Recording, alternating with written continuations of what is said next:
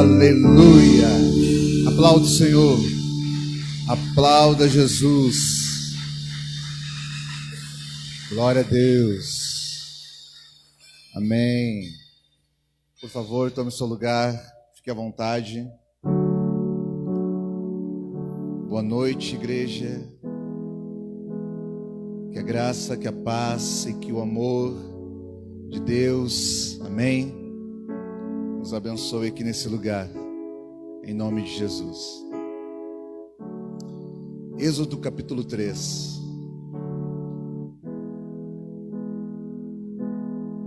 Abra sua Bíblia em Êxodo capítulo 3. Feriadão, né? Coisa boa. Como foi falado aqui, quinta-feira estaremos recebendo um amigo, né? Do Ministério Comunidade Metanoia, né? Pastor André, São Leopoldo. Irmão, vem assistir, vem receber. Convide alguém, venha estar junto conosco. Se esforce para estar junto aqui, com certeza vai ser bênção, em nome de Jesus. Faz o que tem que ser feito, irmão. Faz a sua parte. Busca o Senhor. Amém. Em tempo e fora de tempo, busca o Senhor. Em nome de Jesus. Êxodo, capítulo 3. Diz assim: Moisés pastoreava o rebanho de seu sogro Jetro,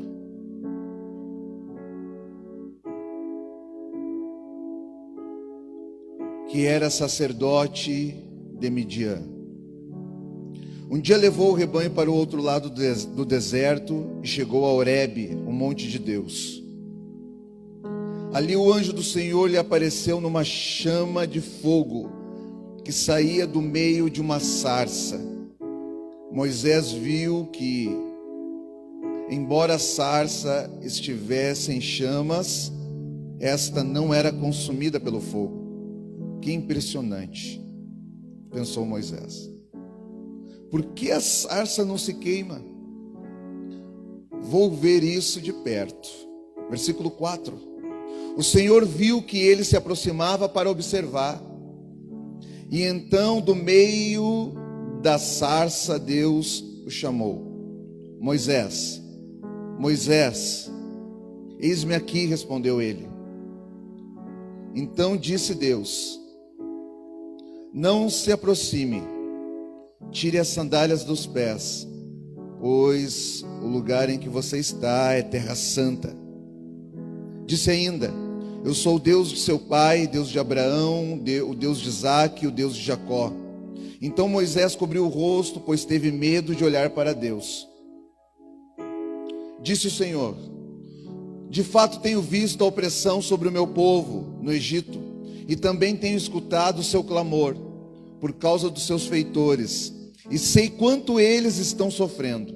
Por isso desci para livrá-lo das mãos dos egípcios e tirá-los daqui para uma terra boa e vasta, onde manam leite e mel, a terra dos cananeus, dos hititas, dos amorreus, ferezeus, dos heveus e dos jebuseus. Pois agora o clamor dos israelitas chegou a mim, e tenho visto como os egípcios os oprimem. Vá, pois agora eu envio a Faraó para tirar do Egito o meu povo, os israelitas. Moisés, porém, respondeu a Deus: quem sou eu para apresentar-me ao Faraó e tirar os israelitas do Egito? Deus afirmou: eu estarei com você, e esta é a prova de que sou eu quem o envia. Quando você tirar o povo do Egito, vocês prestarão culto a Deus neste monte. Amém. Glória a Deus. Obrigado, Jesus, por essa palavra. Glória a Deus. Amém. Irmãos, olha só.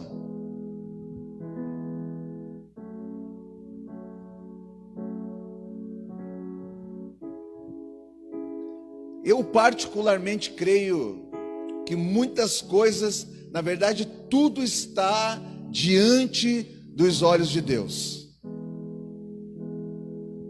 Nada foge do seu controle, nada foge dos seus olhos. Uma vez Davi falou num salmo, ele diz: se eu vou no Hades, lá tu está.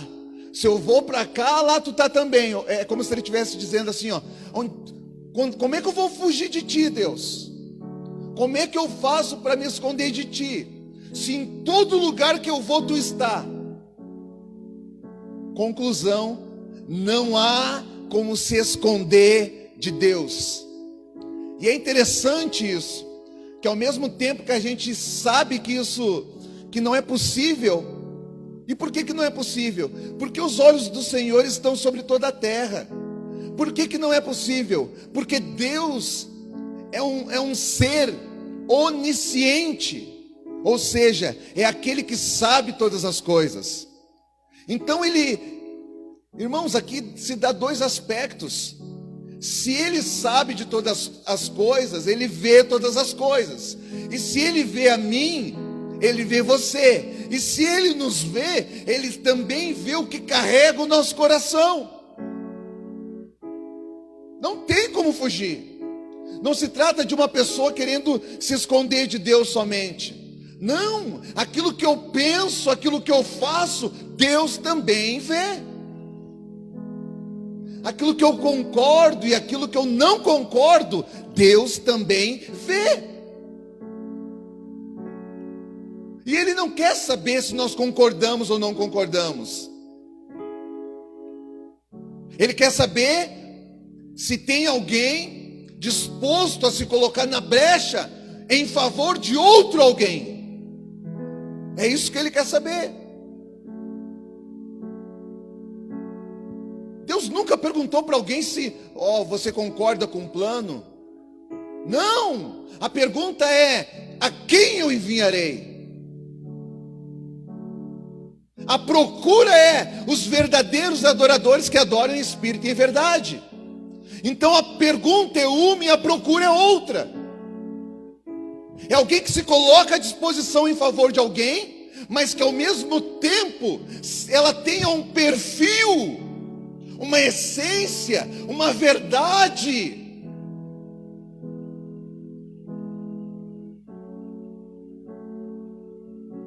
Ou seja, ele não quer enviar qualquer um e também não procura qualquer um.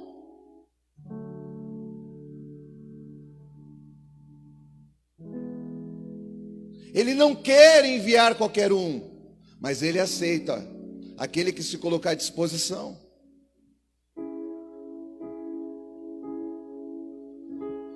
Porque ele quer enviar. Mas aquele que está se colocando à disposição tem que aceitar, ou seja, entender, aceitar que, irmãos, a libertação, o anúncio do evangelho não se dá segundo a forma que eu acho que tem, o que deveria ser, de ser. Não é do nosso jeito, é do jeito dele. Então, irmãos, eu acho que Deus é o Deus onisciente, é o Deus que vê todas as coisas, que sabe de tudo, sabe de todos, não tem como esconder nada dele. E eu creio que da mesma forma que ele vê tudo, tudo que se passa, tudo que ocorre, até o que está em oculto na terra, talvez para mim, para você, mas para ele nada está em oculto, porque ele é Deus e ele sabe de todas as coisas, amém? Então, mas ao mesmo tempo assim, tem algumas coisas que chegam diante de Deus. Acho que muitas coisas chegam diante de Deus. Acho que muitas coisas, né? Mas se tem uma coisa que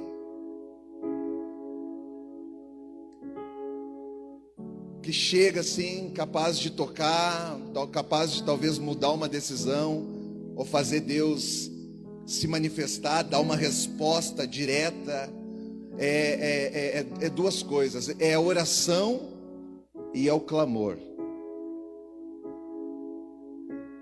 Irmãos, quantas vezes você orou a Deus e Deus rapidamente Ele respondeu para você? Se você buscar isso nos arquivos pessoais do seu coração, você vai ver a manifestação do amor, da graça e da misericórdia de Jesus para com você. Você orou e Deus atendeu, porque a oração chega diante dele. Agora, outra coisa que também chega diante dele é o clamor. Irmãos, o clamor, ele pode se dar de várias maneiras. Tem aquele que conhece a Deus, ele busca a Deus por meio de um clamor. Ele ajoelha, ele chora, ele faz jejum, ele levanta um clamor de oração, ele busca o Senhor, e isso sobe como um incenso agradável diante de Deus. E uma hora, segundo a sua vontade, o seu propósito e o tempo preparado, Deus manifesta e envia uma resposta.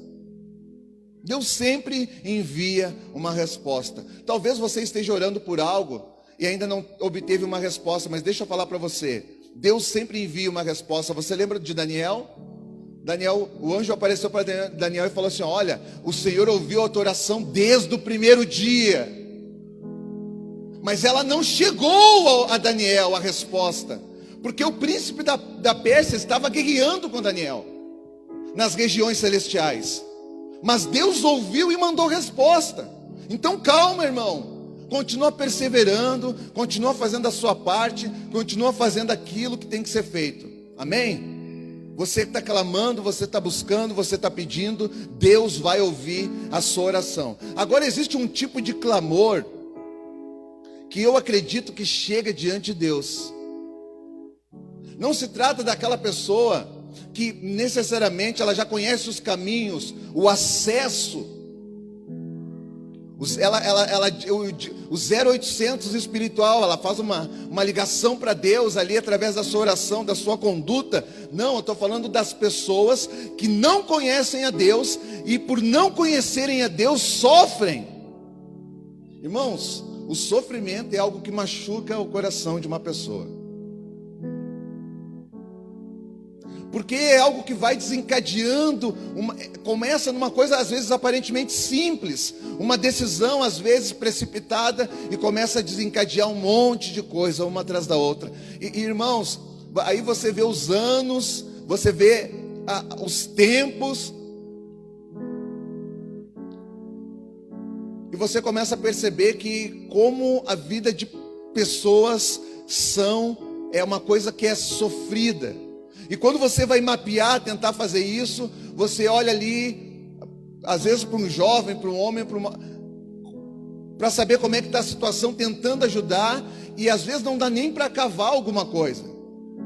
Porque se você começa a buscar na história, você vai ver, como é que você era?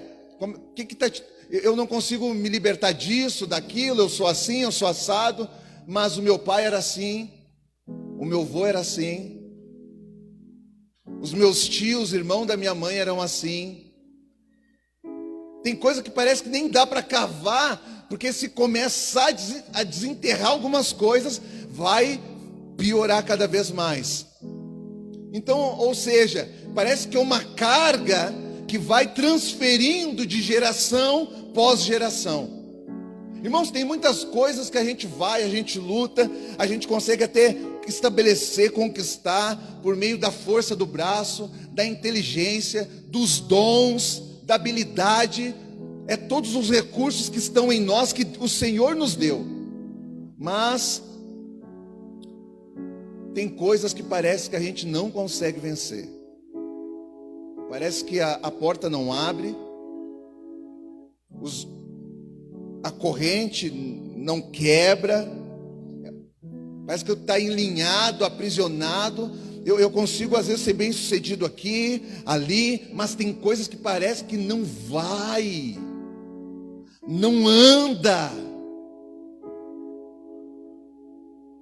Meu Deus, às vezes olhando num contexto do mundo natural, você de repente não tem tudo aquilo que gostaria de ter, mas De repente nós somos, ou você é uma pessoa bem resolvida com o que tem, satisfeita com o que tem, né? Dá graças a Deus por tudo que Jesus tem feito, por tudo que Ele fez, está fazendo, e na perspectiva daquilo que Ele vai fazer, a vida poderia até ser melhor, mas está muito boa, não temos do que reclamar, etc. Ok, mas tem coisas que não vai.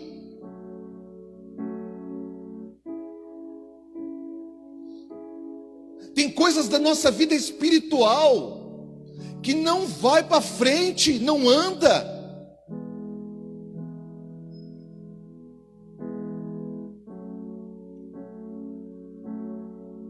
E são as coisas mais importantes, porque, pastor, por que elas são as coisas mais importantes? Porque, irmãos, tem algumas pessoas que estão vivendo isso, só não entenderam. Mas hoje você quer isso, você trabalha e você conquista. Irmão, tudo aquilo que é natural é bom, mas tem prazo de validade. Irmão, nada natural, naturalmente falando, nada nesse mundo pode preencher um lugar que é de Deus.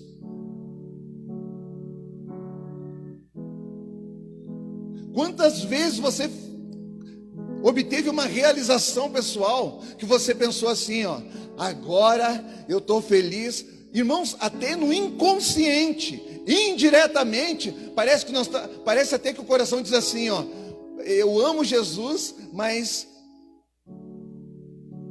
eu nem preciso dele. Não é que deliberadamente se fala isso, mas talvez aquela conquista, aquele sucesso naquela situação, ter êxito em alguma ocasião específica, projeto, sei lá, a gente se sente tão preenchido e satisfeito naquele momento, que parece que a gente não precisa de mais nada. Irmãos, e isso é bom e sustenta, traz um sorriso, enche, meu Deus, a gente se torna outra pessoa. Mas com o passar do tempo, a gente vai precisar de outra coisa, porque aquilo que naquele primeiro momento era tudo, parece que ele vai perdendo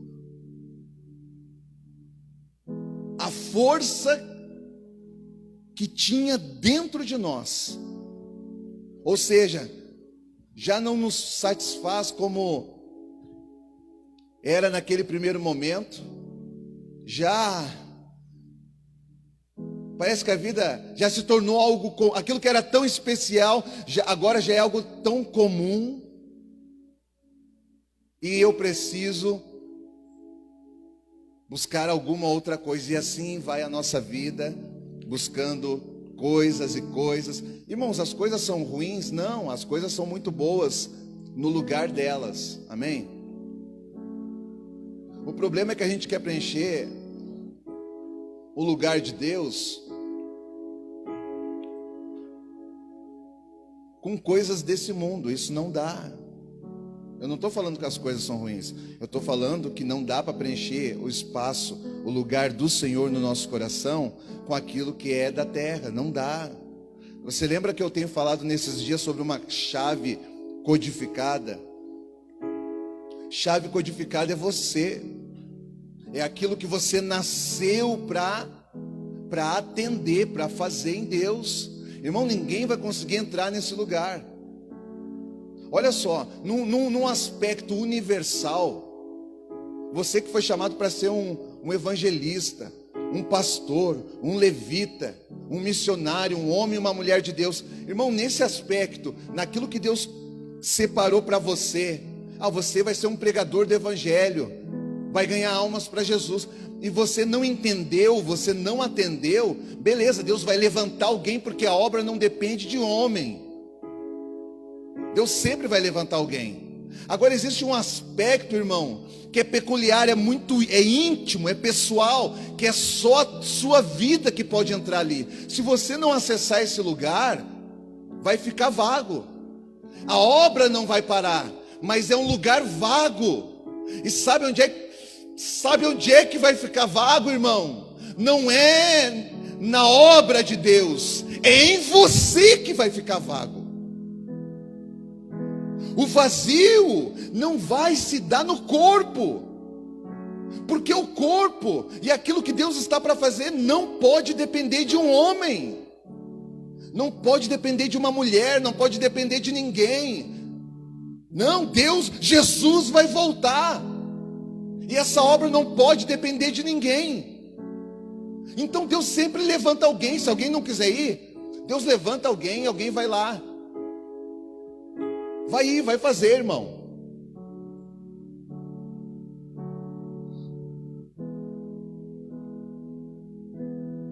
Mas o espaço vazio que tem que ser ocupado, aquela porta que só pode abrir com a chave codificada, que é a sua vida, irmão, esse lugar vai ficar vago. Mas o lugar que eu estou falando que é vago não é no corpo, é em você, porque você não se encontrou em Deus. E aí entra toda a diferença. Aquilo que é de Deus, o próprio Deus em nós, é Ele que dá sentido. Irmãos, Deus dá sentido a todas as coisas. Ele dá sentido de vida. Às vezes você se pergunta: por que eu ainda estou aqui? O que eu estou fazendo aqui? Por que eu tenho que passar por isso aqui? Por que não sei? Irmão, mas quando você tem Jesus...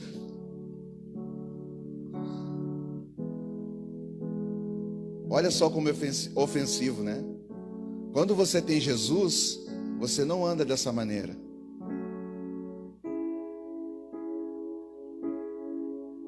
Desculpa, parece ofensivo, né? Mas quando você tem Jesus, você não anda dessa maneira. Deixa eu falar uma coisa, partilhar para nós aqui um entendimento. Presta atenção. Nós aprendemos algumas coisas. Irmãos, aquilo que nós aprendemos lá atrás foi muito bom. A Bíblia diz que nós não devemos remover os marcos antigos. Mas tem coisa que para esse tempo já não serve mais como era ontem. E aí você vai ter que entender como é que Deus está fazendo hoje. Você sabia que no deserto o povo tinha sede e Deus apresentou uma rocha, e eles olharam para a rocha e não entenderam, mas Deus ia saciar a sede por meio da rocha. O povo não entende o que Deus está falando. Aí lá no livro de João, na festa das cabanas ou dos tabernáculos, os discípulos dizem assim: ô Jesus, tu não vai para a festa? Aí ele diz: não, hoje eu não vou, vai vocês. Ô Jesus, vai lá, está todo mundo te esperando, vai lá manifestar, vai lá fazer milagre, tu vai ficar mais conhecido. Não, gente, pode ir, eu vou ficar por aqui, vou ficar aqui, vai ter o jogo do Internacional, vou ficar assistindo aqui na TV. E aí os discípulos foram para a festa e todo mundo estava assim: será que ele vai vir? Será que ele não vai vir? Irmãos, está todo mundo, a multidão no arraial se batendo, conversando, conjecturando. Jesus sobe no assim, na parte mais alta do templo e diz assim: quem tem sede, venha a mim e beba. Irmãos, era a mesma rocha do deserto. A única diferença é que no velho é uma sombra. Então, como sombra era uma rocha, era uma palavra. O verbo se fez carne. Aí Jesus sobe no lugar mais alto do templo e diz assim: quem tem sede, vem a mim e beba.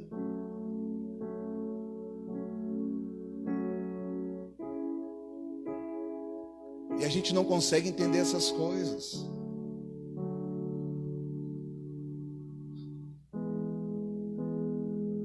Mudou o tempo, mudou o jeito. A essência é a mesma, mas a movimentação ela mudou.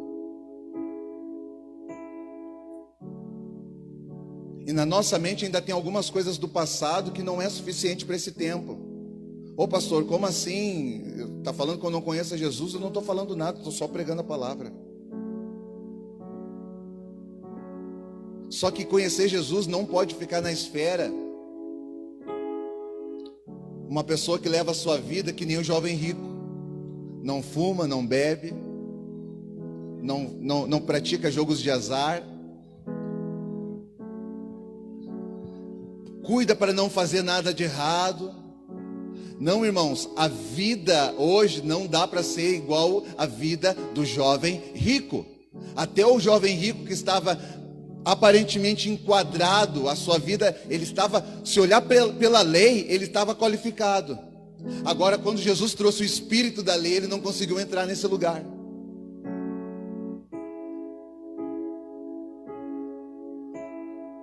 Porque na lei diz assim, ó, não, não, não, não. E ele diz, Jesus, eu desde pequeno eu olho a lei. E eu, ó, não, eu não faço, eu não faço, eu não faço. A lei diz não, não, não, e eu não faço, eu também não faço, e eu também não. Eu estou qualificado. Aí Jesus falou assim, ó, querido, eu estou transicionando. Antes tu andava pela lei, agora eu quero que tu ande pelo espírito da lei. E no espírito da lei tu larga tudo e me segue. Porque quem quiser vir após mim, tem que negar a si mesmo.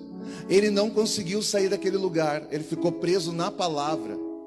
E não conseguiu entrar na vida da palavra. Quem é que está me entendendo aqui?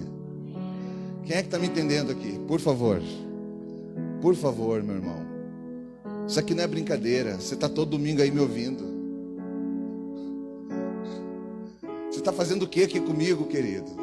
Você está aqui para analisar minha palavra. O que você está fazendo? Você precisa dar uma resposta. Hein, meu irmão? Sai desse lugar. Então a vida de Jesus em nós, ela dá sentido a todas as coisas. Irmãos, a vida de Jesus em nós, ela dá tanto sentido, que até aquilo que nós reclamava, dizendo que era Satanás, agora a gente já não reclama. Porque aquilo que acontece a gente sabe, não, isso aqui não tem nada a ver com Deus. E isso aqui nem é Deus trabalhando na minha vida, isso aqui é eu. Eu tomei decisões precipitadas, erradas, e eu estou pagando pela consequência hoje. Estou mostrando para você um modelo de uma pessoa sóbria, madura, responsável. Não é culpa nem do A, nem do B, nem do C. A culpa é minha. Eu tomei algumas decisões e estou pagando por ela. O tempo era uma semente, mas a semente germinou, a árvore cresceu e frutificou. E eu olhei para o fruto e disse, que fruto bem feio é esse? E Jesus falou, é teu, pode comer.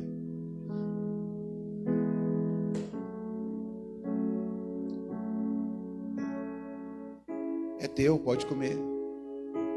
O meu orgulho me tirou do jardim, tua humildade colocou o jardim em mim. Se eu vendesse tudo que tenho em troca do amor, eu falharia. Oh Senhor, oh Jesus, pois o amor não se compra e nem se merece.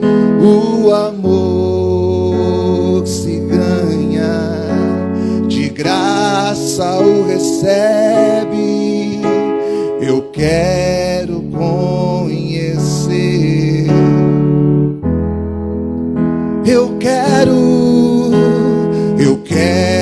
conhecer Jesus. Eu quero conhecer Jesus. Eu quero conhecer. Volta aqui. É disso que eu estou falando.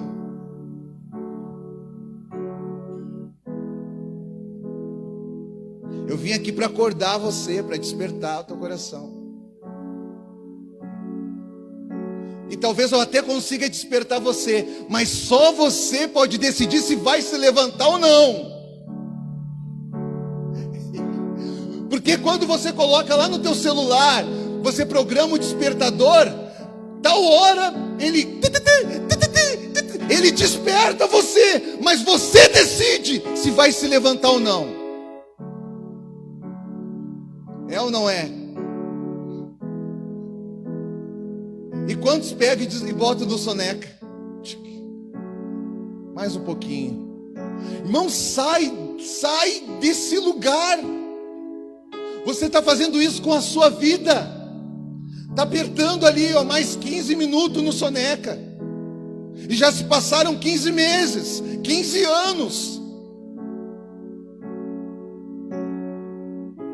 Entra num lugar em Deus. Somos nós que temos que conhecer a Ele. Ele já nos conhece, Ele nos formou.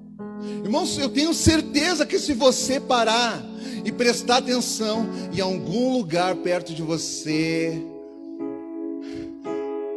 Deus está tentando chamar a tua atenção com fogo. Eu tenho certeza disso. Eu tenho a convicção que algum lugar perto de você está ardendo uma chama que não consome aquilo, mas uma chama que arde só para chamar a tua atenção. Irmão, por que Deus... Por que será? Eu não tenho resposta, né? Eu queria ter resposta. Por que Deus escolheu um fogo?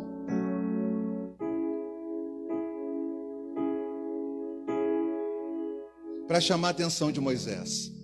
Irmãos, no deserto durante o dia é quente, quente, quente. E durante a noite é frio que, meu Deus do céu.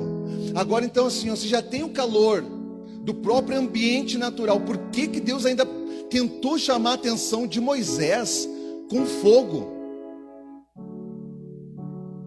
Em vez de tentar com alguma outra coisa. Sei lá, um chafariz que sai da terra e começa a jogar água. É mais fácil chamar a atenção com uma coisa anormal do que algo... Porque no deserto, às vezes por causa de tanto calor, era até normal uma sarça pegar fogo sozinha, por causa do calor. Ao natural pegava fogo, irmão. Então qual é a diferença? A diferença é que, como Moisés naquele momento ele estava trabalhando como um pastor, é que quando ele chegava lá no deserto, eu fico pensando, daí tinha uma sarça ali, outra lá, aquela lá estava pegando fogo, aquela lá estava pegando fogo, aquela lá estava pegando fogo. Ele fazia o que tinha que fazer e voltava. Quando ele chegava no outro dia, a sarça que pegou fogo ao natural, o que acontece? Fica um nada. O que eu penso? Não era uma sarça no meio do deserto. Eu penso que à medida que os dias foram passando, eu acho que chegou uma hora ele... Tá, mas parei um pouquinho. Essa aqui estava pegando fogo ontem e já está cinza. Aqui está essa aqui já está pegando fogo há alguns dias e não tem cinza. É só fogo.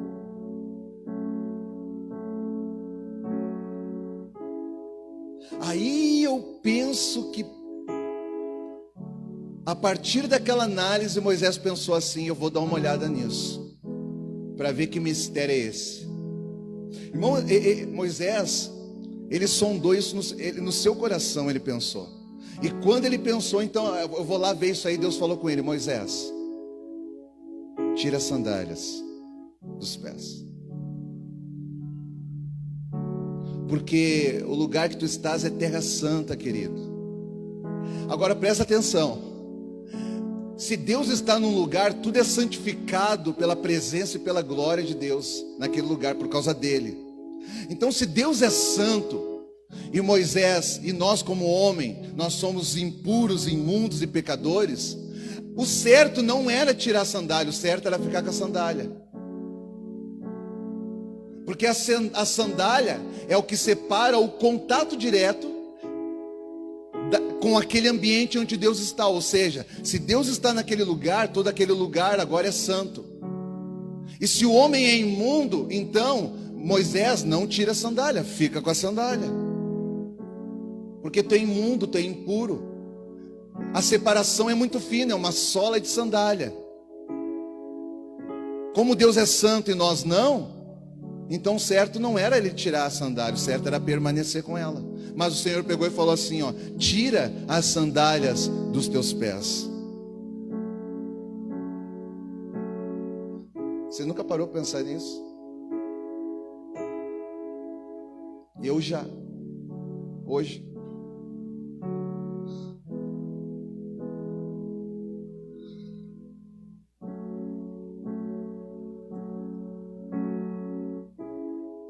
Porque lá no livro de Deuteronômio, capítulo 11, está escrito assim: todo lugar que pisar a planta do vosso pé, desde o deserto, desde o Líbano, desde o rio e desde o rio Eufrates, até o mar ocidental, será vosso.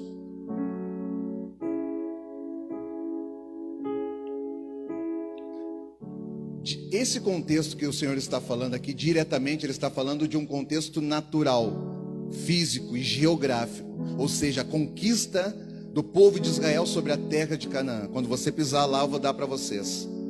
Mas isso também se trata de algo espiritual. Claro que sim, porque você não toma posse de um lugar só pisando nele. Você toma posse de algo quando você luta por ele ou recebe algo. Não é só pisando. Se fosse assim, você lembra das invasões lá? Quem é do tempo das invasões, gente? Tá, não levanta a mão. Você não era tudo descampado, você não ia lá, tinha que demarcar. Lembra aquelas... Num primeiro momento nem era a cerquinha com as ripas, era aquele o arame farpado, né? 3 ali. E o que fazia mais, hein, gente? Uma barraquinha. Essas barraquinhas a gente só vê, sabe quando e aonde? Quando vai ter uma construção, os mestres de obra, eles fazem uma barraquinha para ficar ali, ter uma aguinha, guardar sua ferramenta, é ou não? Essa mesma barraquinha que nós víamos antes, quando tinha uma invasão, sim ou não? Não eram casas, era uma barraquinha. Lembra do banheiro que eu falei semana passada? Tinha banheiro acoplado ali? Não, tinha uma patente ali, um pouquinho mais para trás, do cantinho lá. Fazia um buraco, uma outra casinha e era ali. Era invasão, gente. Era assim antes. Era assim que se davam as coisas.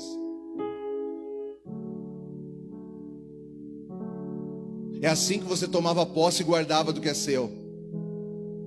Quem é que pegou esse tempo, gente? Não, levanta a mão. Aí tinha que fazer o rodízio da família. Hoje dorme o tio, depois dorme o pai. Por quê? Porque se deixar o terreno sem ninguém, no outro dia chegava lá, tinha alguém sentado lá. É ou não é isso? Quem é que pegou esse tempo? Eu peguei. Toda noite tinha que alguém dormir lá, para cuidar do território. Era assim que você tomava posse de alguma coisa. Aí o Senhor pega e diz assim, ó, agora tu vai tomar posse, olha só, tu vai tomar posse de coisas naturais, materiais, apenas você pisou e vai ser teu. Meu Deus, que negócio maravilhoso é esse? Ai, tocou é meu, pisou é meu, tomo posse pelo toque.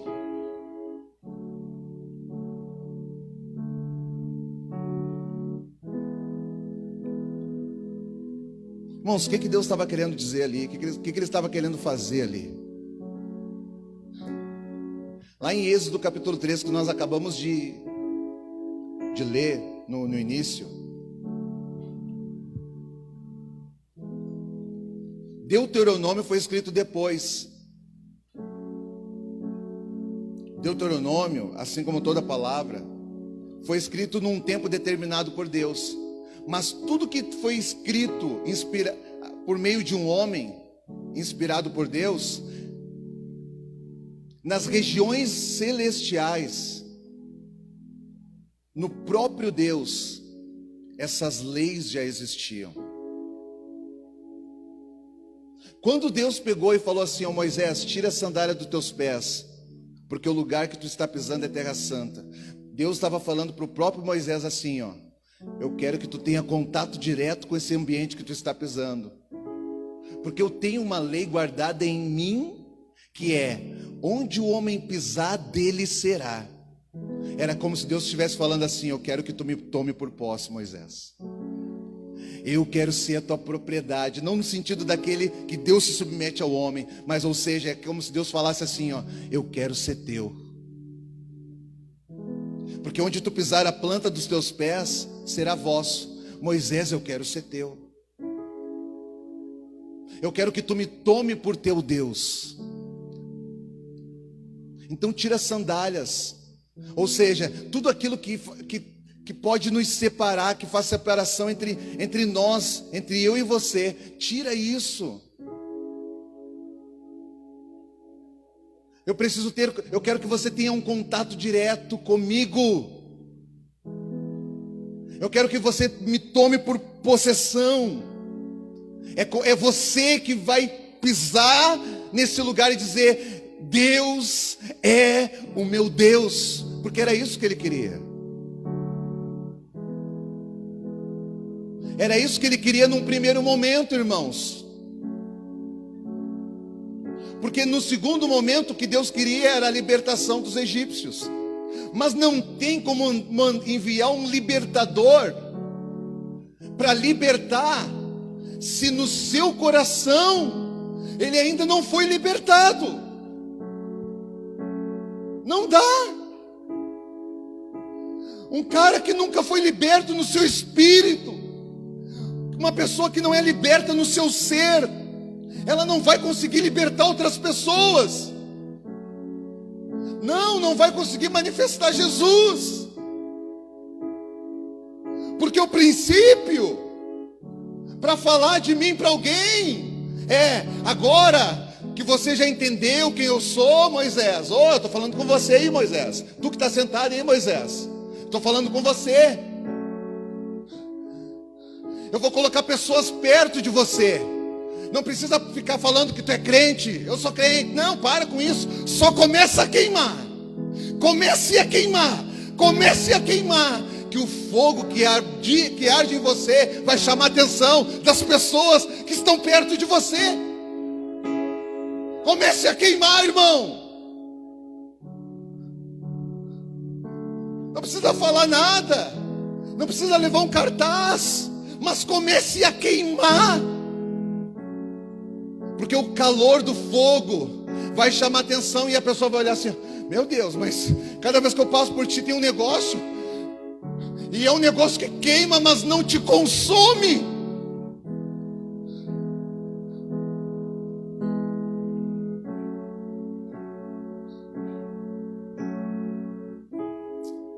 Se nós não entendermos que nós somos essa sarça hoje, irmão, não vai dar.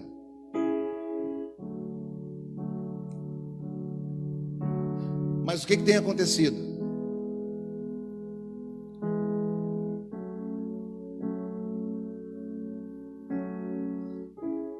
Às vezes o fogo nem vem, porque se vier queima, fica só cinza.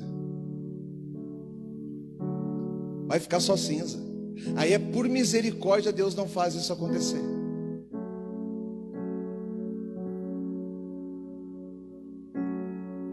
E por que Deus não pode fazer isso acontecer? Porque você ainda não tirou as suas sandálias. Você está de sandália. Você está vestido.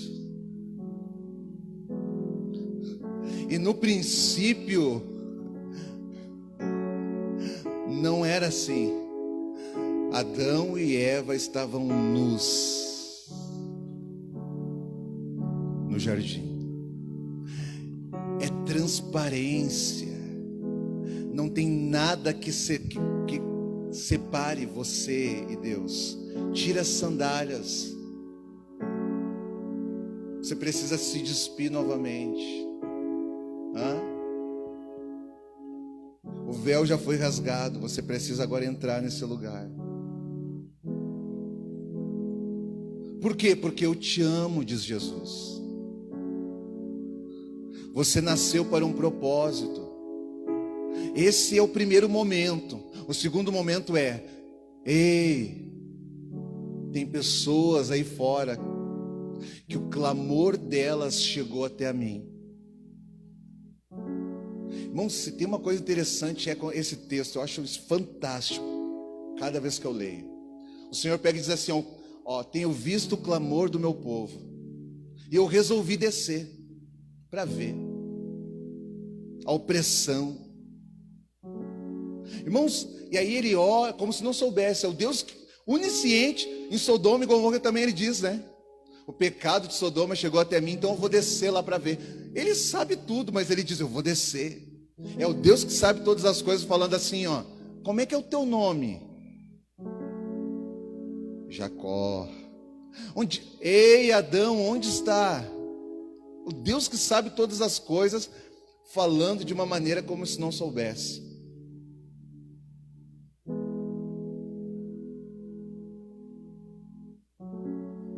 Ele sabe tudo. Aí ele pega e diz assim, ó: quero libertar um povo, e eu quero usar você para isso acontecer. Aí, irmão, se você é um canal na mão de Deus, o que nós temos que entender? Se eu sou um canal nas mãos de Deus, aquilo que Deus quer fazer por meio da minha vida, para alcançar alguém, a primeira pessoa que vai sofrer o processo sou eu. Porque é um canal, né? É um canal. Até que chegue a água em alguém, a água passa pelo cano, o canal. Então, até que Deus liberte alguém, a libertação de Deus vai passar por quem, irmão? Por nós.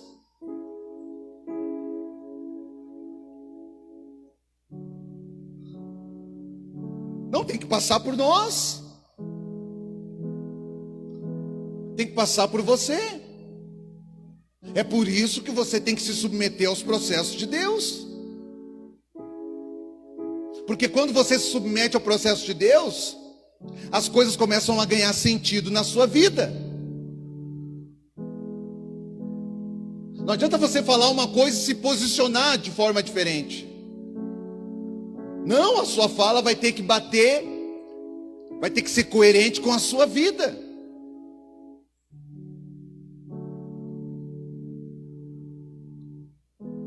Essa mensagem ainda continua sendo atual, porque tem pessoas no mundo que Deus ainda quer alcançar. Mas se Ele quer libertar, Ele vai usar alguém que se deixa ser liberto por Ele, não alguém que ainda está preso.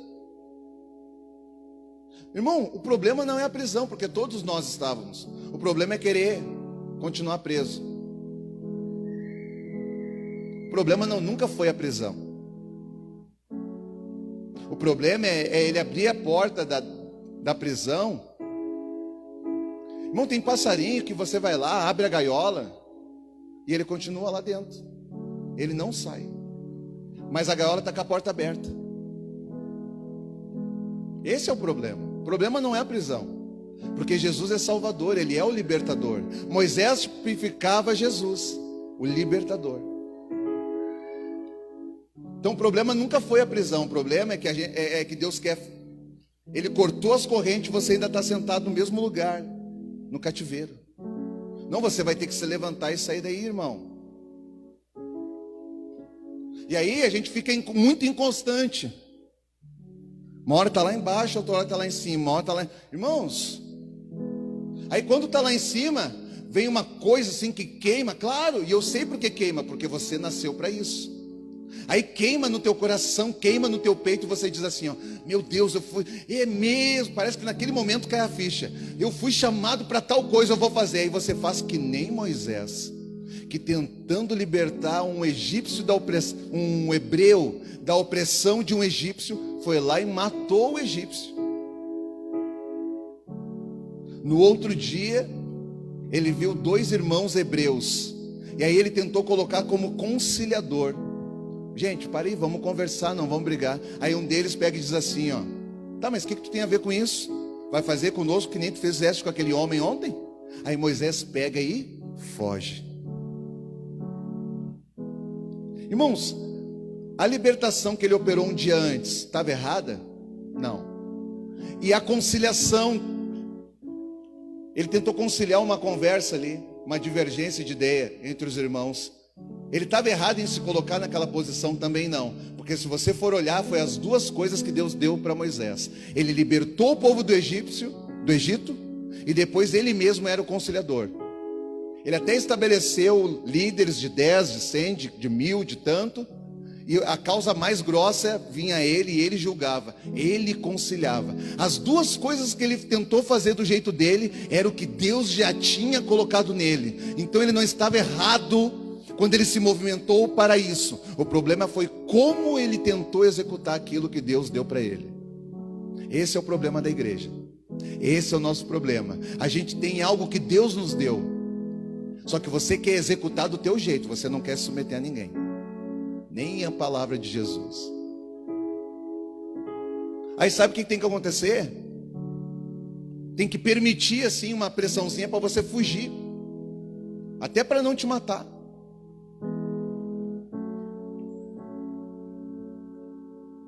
Irmãos, no tempo que Deus quis, no tempo de Deus, ele começou a chamar a atenção de Moisés. No tempo.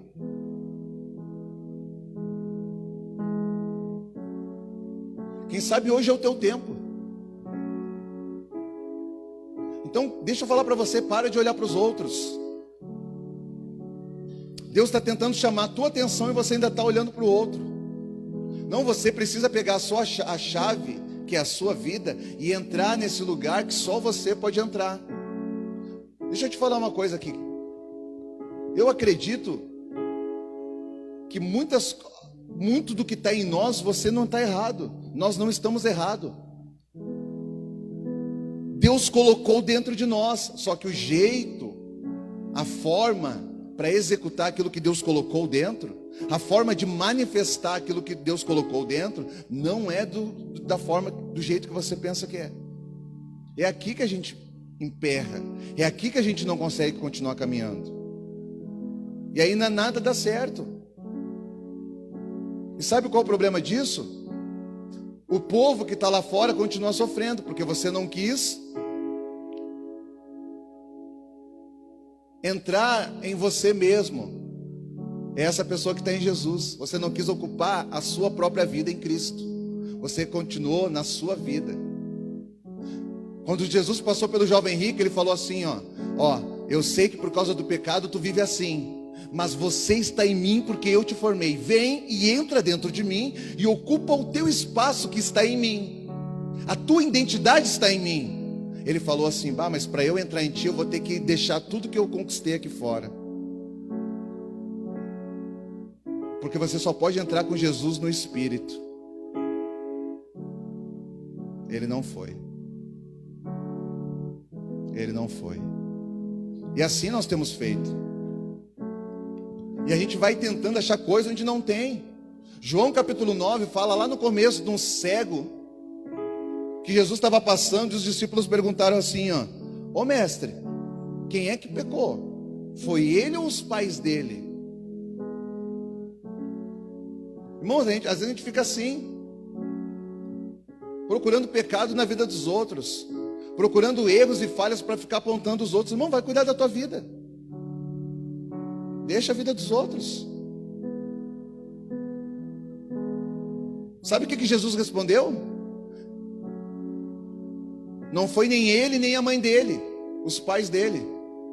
Isso aconteceu para que a glória de Deus se manifestasse. Aí se você pegar o livro de Êxodo, um pouquinho depois dessa mesma conversa com Moisés, porque Moisés fica ali, não, mas eu não posso fazer porque eu não falo bem, porque eu não sei o que. Aí Deus falou assim, Moisés, quem é que fez o cego? Quem é que fez o coxo? Quem é que fez o surdo? E quem é que fez o mudo? Não sou eu o Senhor? Viu, irmão, por que a gente tem que ler a Bíblia? O próprio Deus falando, quem é que fez essas pessoas? Eu fiz o coxo, eu fiz o mudo e fiz o surdo. E eu não tenho que dar satisfação para você. E você vai achar que por causa disso eu não sou um Deus bom?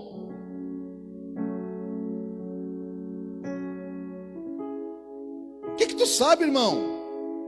É um tempo que Deus está falando para alguns assim, é muito questionamento no coração. Aí tem que pegar e fazer que nem ele fez com Jó. Ô Jó, onde é que tu estava quando eu dei nome para cada estrela? Hein? Onde é que tu estava quando eu peguei e falei quando eu delimitei as águas do mar? Daqui não é para passar. Onde é que tu estava, hein Jó? Quando eu construí tudo isso aqui. Aí Jó, porque Jó estava o quê? Não, porque eu, Porque Jó era um homem justo. Jó era um homem justo. E estava com o seu coração ali. Não, porque por causa das coisas que ele estava passando. Aí chegou um momento que Deus falou, é como se Deus falasse assim, ó, até quando tu vai ficar reclamando? Onde é que tu estava quando eu construí tudo? O que tu sabe de ti mesmo? Tu não sabe nada. Lá no final Jó pega e diz assim, antes eu te conhecia de ouvir falar, mas agora eu te conheço de caminhar contigo. Mas às vezes a gente precisa desse impacto, né? Desse confronto para tentar despertar ou levantar. É tempo de acordar, irmãos.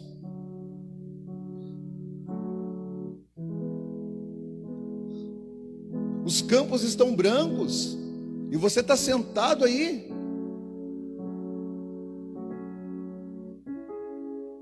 tratando o culto de domingo que nem uma missa. Isso aqui não é missa, irmão. Vai botar a mão na obra, querido. Vai te apresentar. Para de orar por você, vai orar por alguém. Vai ficar até quando orando, pedindo por ti? Vai fazer alguma coisa por alguém. Vai ler a Bíblia.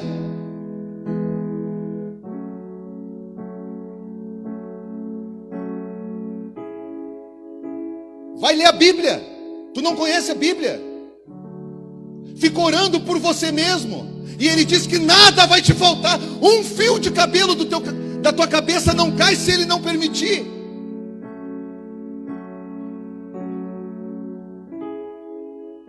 E tu acha que tu vai morrer de fome?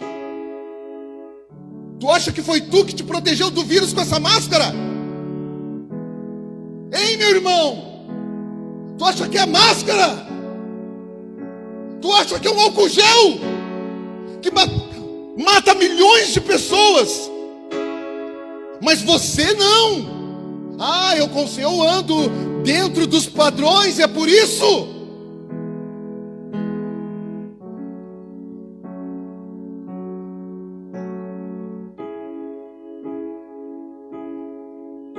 Não estou falando que não é para usar, não estou falando que não tem que fazer os protocolos. Eu estou falando que o que é em primeiro vem primeiro. E se você não colocar Jesus em primeiro, irmão, o que adianta a máscara?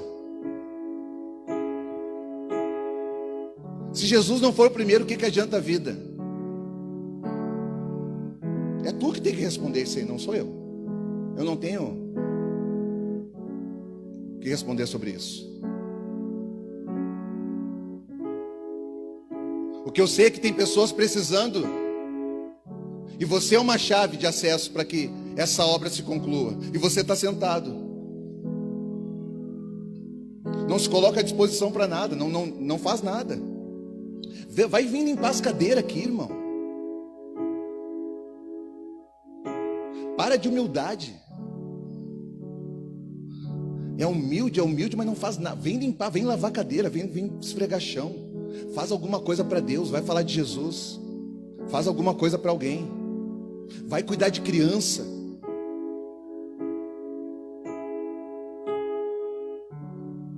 Tem irmãos que vêm na igreja, os filhos estão lá e não quer ficar na escolinha um dia para ver como é que é o teu filho na escolinha. E aí quem tem que fazer o rodízio é sempre as mesmas pessoas.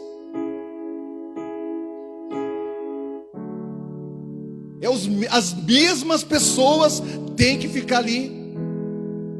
Elas também querem assistir o culto.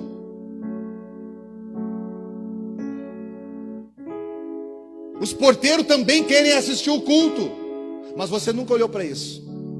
Você sabe que chega aqui, está tudo limpinho, tem água, tem lanche. Hoje tem brincadeira para as crianças lá fora. Lá. Um grupo de irmãos se ajuntou.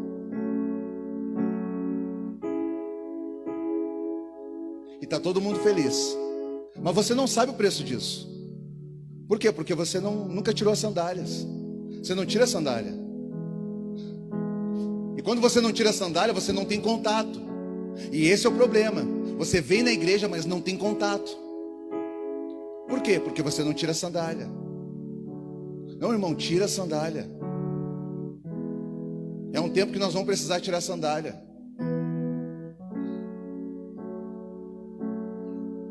A gente vai ter que sair da aparência e andar um pouquinho, entrar um pouco. Ó, deixa eu falar para você. Foi medido mais 1000 côvados. Agora a tua parte é andar, entrar para dentro. Entra no rio. O anjo já mediu 1000 côvados. Entra, sai da beira. Sai da beira. Entra no lugar, para de falar e vai fazer. Quando você começar a andar em Deus, as coisas vão ganhar sentido, aí você vai entender. E fica tranquilo. Se alguém praticar injustiça com você, Deus é justo. Deus é justo. Nós não cantamos aqui? Justiça está em ti. Deus é justo. Você não acredita nisso, por isso que em alguns lugares você não coloca a sua mão. Não, irmãos, sai disso. Se você se defender, Deus não pode te defender. Você já se defende? Deixa Deus pelejar por você. Deixa Ele ser o teu escudo. Deixa Ele ser a tua fortaleza. Só faz o que você nasceu para fazer. E aí o pior é o seguinte: você não faz nenhuma coisa nem outra. E você está tentando se achar. Se você não se achar em Deus, não vai se achar em lugar nenhum desse mundo.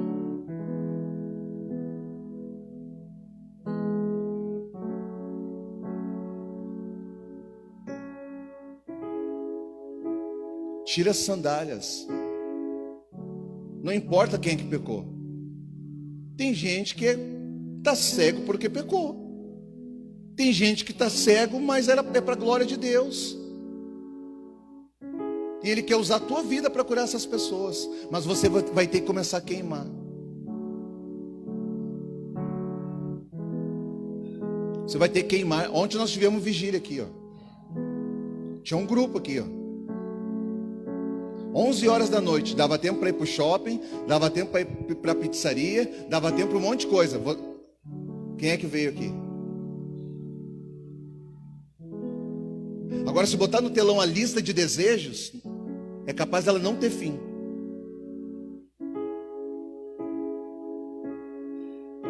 Não, irmãos. Não, a gente vai ter que andar como igreja.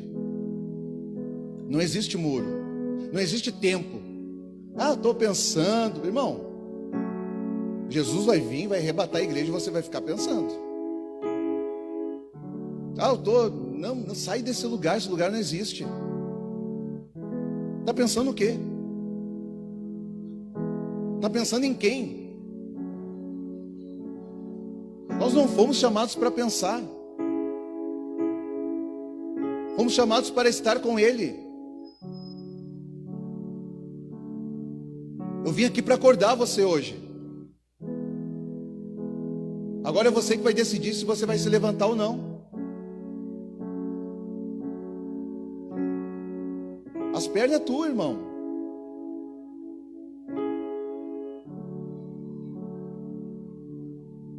Eu me sinto hoje como um daqueles homens que pegaram e desceram aquele paralítico pelo telhado e colocaram na presença de Jesus ali. Só que todo coxo que Jesus encontrou, ele falou assim, ó: levanta. Até ele, não é ele que te pega e te puxa. Não, tu levanta.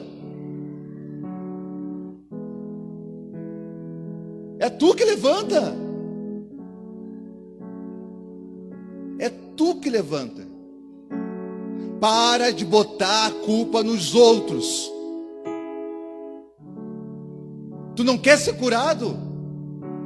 Mas é que cada vez que eu quero ser curado, vem alguém na minha frente e entra lá no tanque. Não estou perguntando quem é que está no tanque, quem é que entra na tua frente. Eu estou perguntando se tu quer ser curado. Porque se tu quiser, levanta e anda. É simples assim. Não estou perguntando, eu não quero saber. Deus não quer saber. Se alguém roubou o teu lugar, se alguém tomou a tua frente, se alguém... Deus não quer saber, Ele quer saber se tu quer ser. Porque se tu quiser, irmão, Ele faz isso aí hoje, agora, na tua vida, na tua casa. Não adianta falar dos outros, Ele quer saber se você quer. Porque se você quiser, eu posso fazer em você. Eu não vou mudar a vida dos outros. Quando Deus tiver que tratar da vida de alguém, Ele vai lá e trata. Deixa os outros. O assunto é sobre você. Viu, Moisés? Tira as sandálias.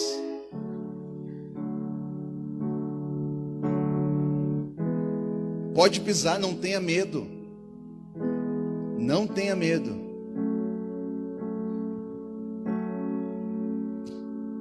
Você sabia que os estudos apontam para que... Sabia que Jó era contemporâneo de Abraão? No tempo de Abraão existia Jó. Contemporâneo, mesmo tempo. Deus falou assim sobre Jó: não há homem justo como o meu servo Jó.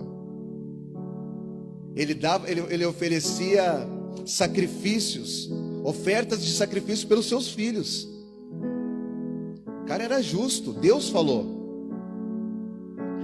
Jó era contemporâneo de Abraão, mas Deus escolheu Abraão. Por quê? Eu não sei. A única coisa que eu sei é que uns foram chamados para apóstolos, outros para pastores e mestres, outros para profetas, outros para evangelistas. Não sei. Eu não sei. Uns vão ser diácono, outros vão ser diáconos e serão pastores, outros serão diáconos a vida toda. Em algum lugar nos ensinaram que a igreja era uma empresa, que você começa aqui e termina aqui. Não existe isso. O que existe é uma identidade pessoal a respeito de você mesmo, que está guardada em Cristo Jesus, e que se você conhecê-lo, você também vai se autoconhecer. Porque você está guardado nele. Pedro era pedra, mas não sabia. Mas na transição do aperfeiçoamento, ele não conseguiu ser uma pedra no Getsêmani. Ele fugiu, cortou a orelha. Ele não conseguiu ser uma pedra no pátio do templo. Quando alguém chegava perto dele, ele falou assim, mas tu é um deles, né? Ele falava, não conheço esse homem. Ele não conseguiu ainda suportar. O medo ainda tinha influência sobre ele. Mas chegou um momento, irmãos, que quanto mais você vai se submetendo, vai se despindo diante de Deus, você vai tomando posse dele, mas ele também vai tomando você por completo. Chegou um momento que ele não tinha mais medo nem de morrer na cruz. Ele só pediu para não morrer que nem o Senhor dele. Ele falou, me vira de cabeça para baixo. O medo passa. Na vida daqueles que são chamados por Deus, o medo é um processo, faz parte de um processo transitório. Então, se você está com medo hoje, tudo bem, eu entendo, nós vamos orar. Mas vai passar. Faz o que você precisa fazer. Faz o que tem que ser feito. Faz a tua parte.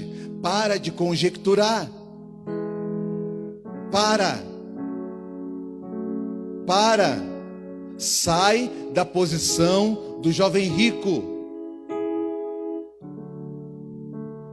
Era uma aparência de santidade. O jovem rico era uma aparência de santidade pela forma que ele vivia, segundo os conceitos que ele aprendeu da própria palavra.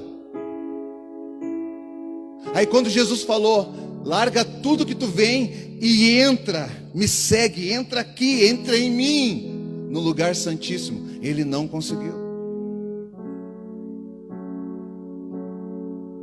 Então, irmão, sai desse lugar aí, para de mostrar. Não diz respeito a isso. Irmão, não diz respeito mesmo. Mesmo, não tem nada a ver com isso. Sabe? não vai beber, né? Não vai fumar, mas não diz respeito a isso aí. É muito mais que isso. É muito mais que isso. Se coloque de pé, por favor. Tem coisa lá atrás hoje?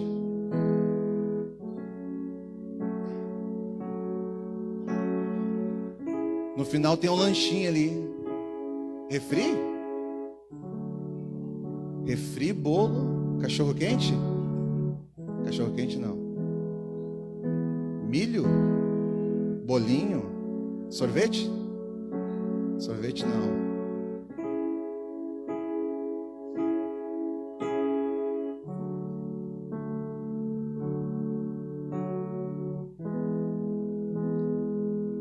Sabe por que eu estou falando isso para você?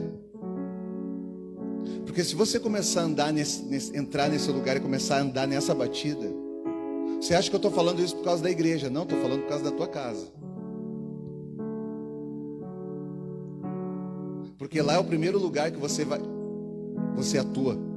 E se você for essa pessoa, se você mudar a sua forma de atuar, de se postar, de se portar, na sua casa as coisas vão mudar a partir de lá. E uma família forte, igreja forte. Uma família fraca, igreja fraca. Pessoas fracas. Tanto é que na verdade vários irmãos não vieram hoje. Então não é por falta de gente, mas tem um monte de coisa para fazer na igreja que não tem ninguém para chamar. E qual é a incoerência? Se tem pessoas aqui todo domingo, tem gente que já está caminhando há 1, 2, 3 anos conosco aí. E você que chegou também dá para meter a mão. Por que os lugares estão vazios? Porque as pessoas não têm sentido de vida. Elas querem um lugar, uma posição, um local onde elas vão ver o retorno do benefício.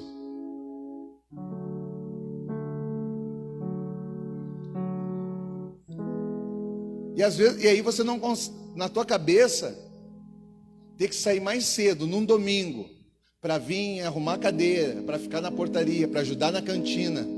Não tem benefício nenhum, só vai te dar cansaço e desgaste. Esse é um dos mistérios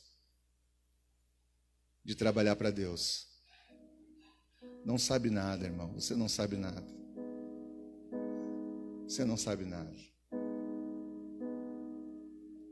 Você não sabe nada. Se você soubesse, você...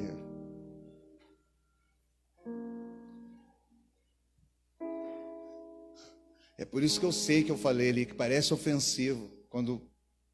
Eu não quis insinuar que ninguém conhece Jesus, mas, irmãos, quem conhece Jesus, se você não tratar Ele, ou seja, todas as coisas são a partir dEle, e Ele é como uma fonte de vida para você. Se não for assim, eu não estou falando que você não conhece, mas talvez Ele não esteja em primeiro lugar na sua lista de prioridade.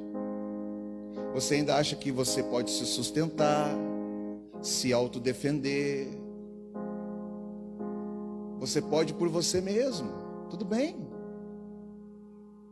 Não é nem por força, nem por violência, é pelo Espírito. Eu só vim acordar você hoje. Vim falar para você assim, ó, tira a sandália. Pisa. Ele quer ter você. Eu não sei se você quer Ele, mas Ele quer você. E aí tem um ponto sim que eu preciso falar. Ele não aceita nada pela metade. Ele não divide glória. A glória é dele. Ou você se entrega por inteiro, ou sempre, né, meia boca, né, cocheando em dois pensamentos. E aí uma hora tá, outra hora não tá.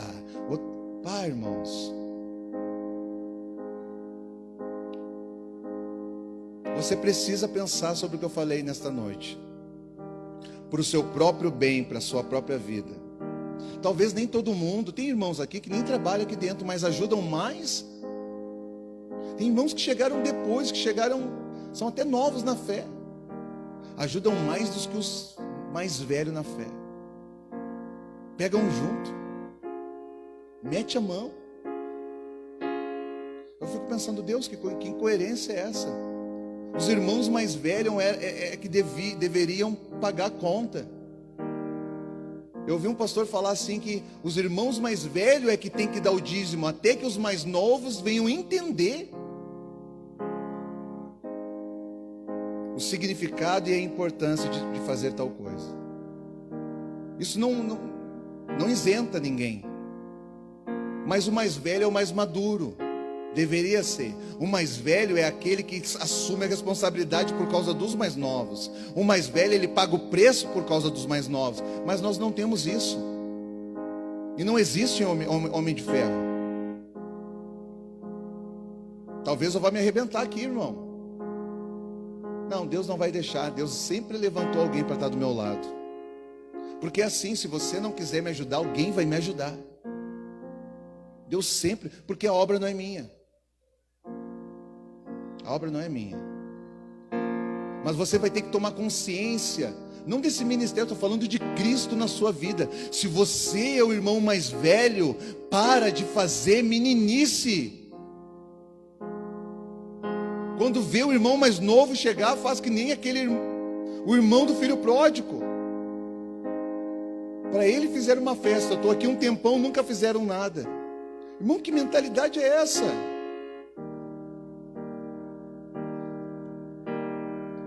É a mentalidade mais errada que a gente pode entender.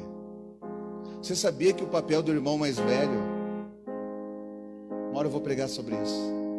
O papel do irmão mais velho, sabe qual era? Quando o mais novo saiu? Era o irmão, o pai não saiu atrás, né? Mas era o irmão mais velho pegar e ir atrás do irmão mais novo. Ele não foi, ele ficou dentro de casa com o pai. Parece que ficou certo quando você lê o texto, mas eu vou dizer para você, está errado. Está errado. Sabe por quê? Porque uma vez existia, como sempre existiu, um pai. E ele tinha muitos filhos, da quantidade da areia do mar e da constelação das estrelas, ou seja, algo que não se pode contar. Um dia aquele pai decidiu gerar os filhos a partir dele. E na pessoa do primeiro filho, todos os demais filhos se perderam. Pediram a sua herança e foram para o mundão. No final de tudo, estava todo mundo comendo alfarrobas, comida de porco, tratado como animais. O pai estava em casa com os braços abertos. A Bíblia diz que o Senhor diz assim, ó: o meu braço não está encolhido para que eu não possa te abençoar. Ou seja, Deus está sempre com o braço estendido. O pai não saiu de casa para buscar os irmãos. Mas aí ele tinha um irmão mais velho, que estava sempre à destra do pai. Sabe o que esse irmão mais velho falou? Eu vou lá, pai. Eu vou lá buscar os meus irmãos. O irmão mais novo. Aí ele veio. Eu acho que o pai falou assim: mas tu vai, filho? Aí o filho falou, eu vou, pai. Daí o pai falou assim, ó: mas para te resgatar os teus irmãos dessa condição, dessa posição, vai custar um preço alto. Mas o filho mais velho pegou e disse assim, ó: pai, eu estou disposto a pagar. Sabe o que o filho mais velho fez? Ele pegou, vestiu uma roupa igual a daqueles irmãos que estavam perdidos no mundão. Ele pegou, vestiu a mesma roupa. Quem olhava para ele parecia assim que ele estava também, era mais um que estava comendo alfarrobas, porque nele não havia formosura. Ele se vestiu igual aos demais irmãos. Ele não veio com esplendor e glória. Ó, estou vindo da casa do meu pai restaurar. Não, ele veio igual aos irmãos.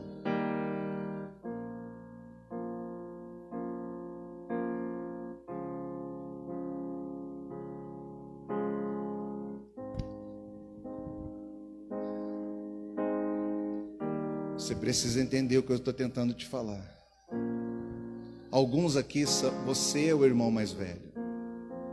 Está na hora de sair para buscar os irmãos mais novos, para libertar, para aconselhar, para ajudar. Tira as sandálias hoje, irmãos. Tira as sandálias. Em nome de Jesus. Feche os teus olhos um minutinho. Em nome de Jesus.